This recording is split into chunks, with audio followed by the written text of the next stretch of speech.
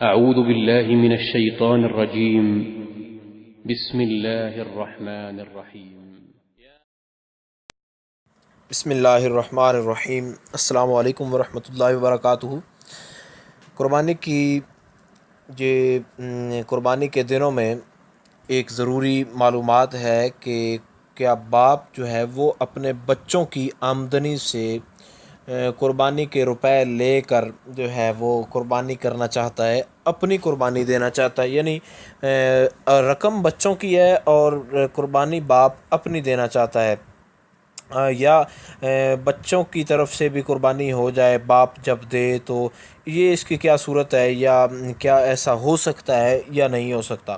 تو سب سے پہلے یہ بات یاد رکھیں کہ بچوں کی مرضی کا شامل ہونا ضروری نہیں ہے، والدین اولاد کی مرضی کے بغیر بھی اولاد کے مال کو لے سکتے ہیں۔ حضرت جابر بن عبداللہ رضی اللہ تعالی عنہ، آپ نے ایک آدمی نے عرض کی، یا رسول اللہ صلی اللہ علیہ وسلم، حضرت جابر بن عبداللہ روایت کرتے ہیں کہ میرا مال جو ہے، میرا باپ جو ہے، یہ اس کو اللہ اڑا دیتا ہے ادھر ادھر۔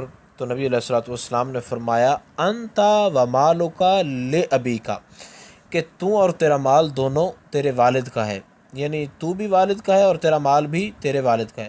تو اگر بیٹا اپنا مال جو ہے وہ قربانی کے حوالے سے کچھ رقم اپنے باپ کو دے تو یہ خوش بختی ہے، اچھی بات ہے، بلکہ قرآن میں اللہ تعالیٰ فرماتا ہے انشکر لی ولی والدیک، کہ میرا شکر ادا کرو اور والدین کا شکر ادا کرو۔